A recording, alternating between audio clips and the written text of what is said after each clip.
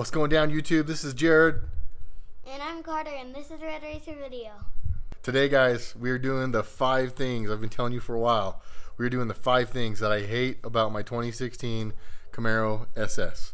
Twin turbo, a lot of power. I know a lot of the problems that I have with the car I have brought on myself, but we're doing it today. We're finally doing it. And the weather out here, let me get out here and you guys see the snow on me? The weather out here has actually prompted me to make this video because it's part of what I hate about the car. So without further ado, I found snow. it's pretty hard to do, buddy, when there's all that snow out there. Yeah. So without further ado, number 1, guys, is going to be I can't drive the dang car in the snow. Okay, look, I can drive it in the snow, okay? So real quick, I know there's going to be all the guys out there that do it, and they're going to say, oh, you can and you should, but I just can't. I can't bring myself to do it. The tires that are on there are downright treacherous in the snow. I do have another set of wheels and tires I could put on it, but we're going to be doing autocross and stuff soon. The season is going to start, contrary to what you see here behind me. So we're close, and I just don't want to switch wheels and tires around a lot. The tires that are on the car are not made for weather at all. So if I did it, it would be just scary, and I don't feel like doing it. Here in Utah, when it snows, they're not just plowing, they're salting, and they lay a lot of salt down. So just with all the stuff we have under the car, between the double adjustable coilovers and all the suspension stuff, and the fact that 2 turbos sit right down on the bottom, I just kind of made the executive decision that I don't want to drive it around in the snow or when they have just salted. So that's number 1. Number 1, kind of a corny one, but I can't drive it, or I choose not to drive in the winter, and winter can be brutal. All right, now for number 2, we're going to let my man Carter tell you about number 2, because number 2 really bothers him too. Cause Lola always has problems, and it takes forever for her to get fixed up. So yes, number 2, and these are in no particular order, but number 2 is definitely the fact that we have made the car a little on the high maintenance side with all the modifications we've made. Being a twin turbo car, there's not tons of twin turbo 6 gens out there. I believe that I don't know of many, if at all, any other bottom mount ones. Guys, please, in the comments down below, I know there's a couple of them out there, so when you guys finally watch these videos, please let me know. Let me know what your experiences are like, and let me know what challenges you ran into on the bottom mount twin turbo kit. But it has been semi-problematic, and the car has been back and forth with JDP a bunch of times, and we have tried to go to several events without making it through one all the way yet. So it's kind of the way things work, you know. This is a big build. This isn't, you know, like your bolt-on, you know, add a supercharger, add a turbocharger kind of a thing. You know, when we went with this project, the project was go all the way. It wasn't just do a little. Like, my goal was genuinely to build the baddest all-around Camaro there is. Changing out whatever parts needed to be. Stop bouncing around, kangaroo.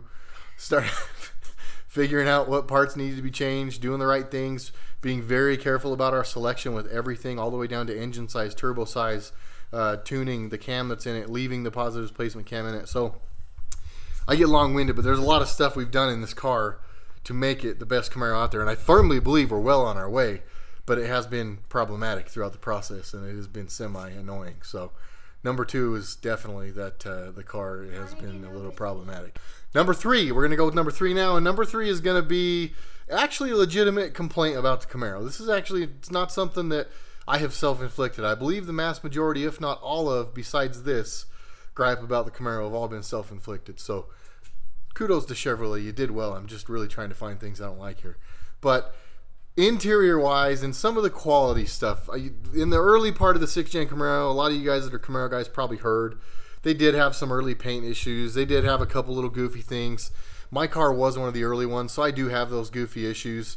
There's a couple of small like paint flaws here and there. Nothing's it's big enough deal that I care enough to let someone else repaint the car. I've ran body shops for years, and I know that you'll never match or never be better than OE paint without spending a lot of money.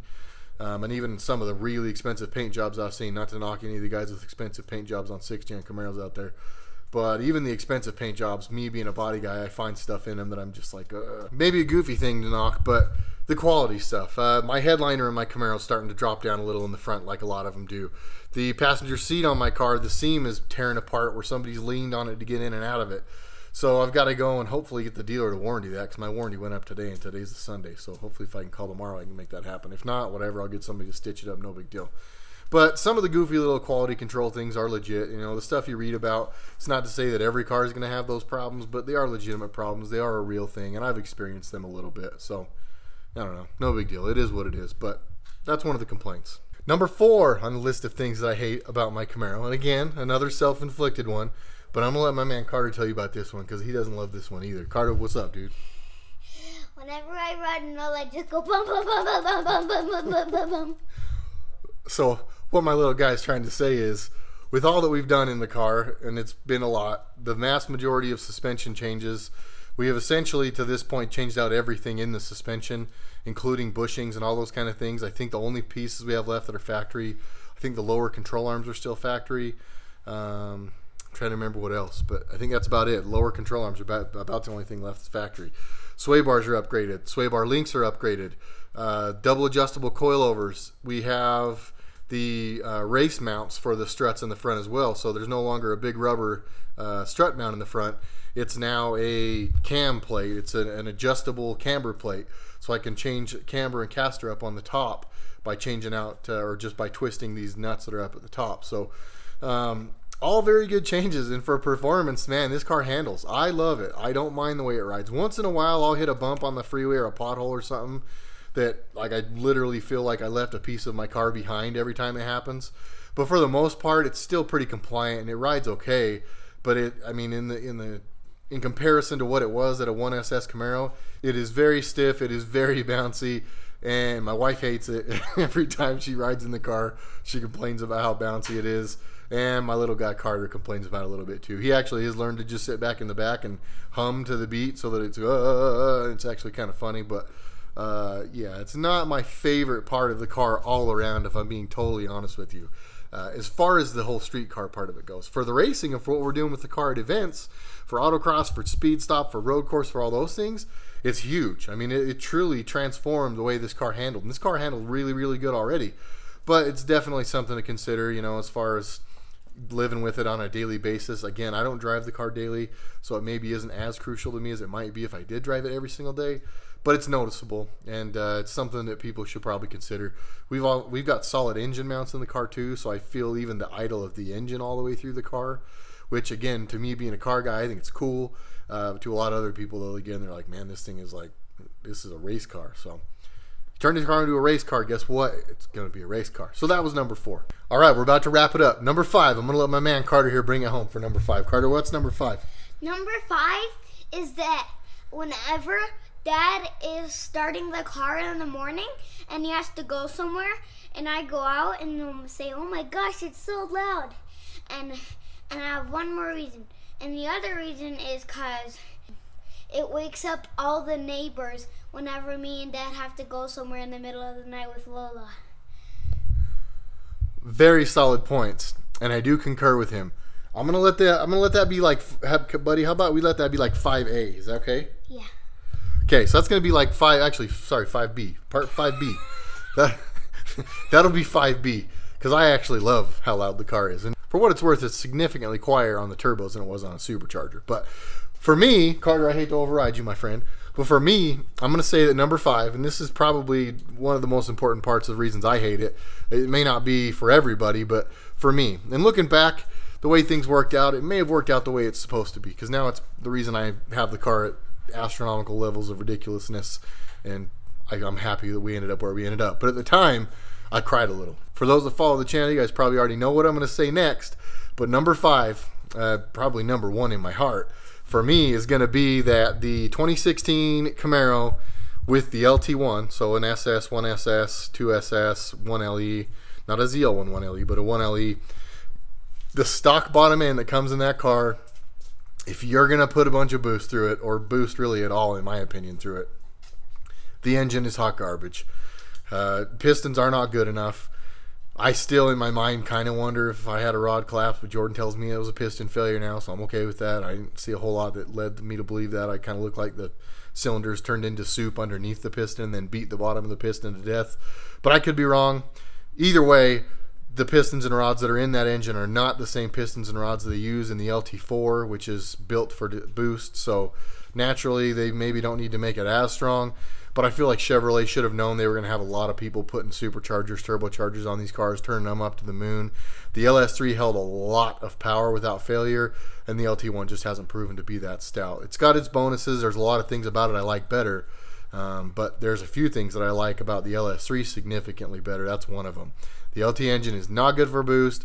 If you guys are going to boost it and turn it up, do it with plans to put a bottom end in your car at some point. Do not be upset when you blow your stock bottom end apart because you put a bunch of boost through it on an LT1. I know you're going to find guys online that are going to say, oh, it's all in the tuning. Enough people have broken these now. It is not in the tuning. Period. It's just not. Does tuning help? Of course, guys. Proper tuning's always going to help. But is proper tuning going to help you put 800, 750, 900 wheel consistently through the bottom of an LT1 that's boosted? No, it's not going to. You might get lucky and do it for a while, but I'm here to tell you guys are on borrowed time if you do that. So that's number 5, aka 5B, also known as number 1 in my heart. Things I hate about my 2016 1SS Camaro. Again, guys, I know this was not normal. This is probably not like everybody's list. This is my list, and that's why it's my channel, because I can say what I want. And those are my list. Those are my items that I thought the car could probably have had better from the factory. The things that I didn't love about it. Carter? He's over here staring at the snow in his face. Hold on, we got to get this. He looks super awesome right now. See, I'm not making it up. It's snowing. I don't even know what to say about that. But Carter, you did good, buddy. Thanks for joining us today. Yep. What else do you say to the nice people, Carter? Subscribe and give us a thumbs up. Hit the bell. He's a pro YouTuber. He wants to be a YouTuber. I'm going to let him do it. That means I have to edit, and I'm not sure I'm going to want to do that. So I'm trying to teach him to edit and record. We'll see what happens. But anyways, guys, thanks so much for joining us. Hopefully you guys like the 5 things that I hate about my Camaro. Hopefully all the people that were involved in this build didn't get their feelings hurt about this video, because I know that some of the things that I said could be portrayed in a way that would maybe look like I was taking shots. I was not in any way, shape, or form. I know that we bought into this project knowing that there's going to be challenges that come up. I won't lie to you, there's been more challenges than I planned on, and you know, I would have gladly had them be far less problematic, but it is what it is. We're this close to having it ready. The car is down at fab now, having the turbo fixed, so we will no longer have the coupler on there that has burst on us a couple times, and then we've got tuning and stuff that I'm ironing out too. So thank you for the tuning school. Thanks for everybody we've had with the help for that. And I'm really looking forward to having this thing ready to roll when it comes back from fab. So thanks again, guys. Like Carter said, like, subscribe, share with your friends. I appreciate all the support. Oh, hold on. He's got something else. Yes, sir. Look how far I can throw this snowball. All right. Let's see it. Hold on. I didn't even see where that landed. I'll redo it. No, I was kidding. It went really far. That's what I meant. You did good. Anyways, thanks for watching, guys. I appreciate the support. We will see you guys on the next RedRacer video.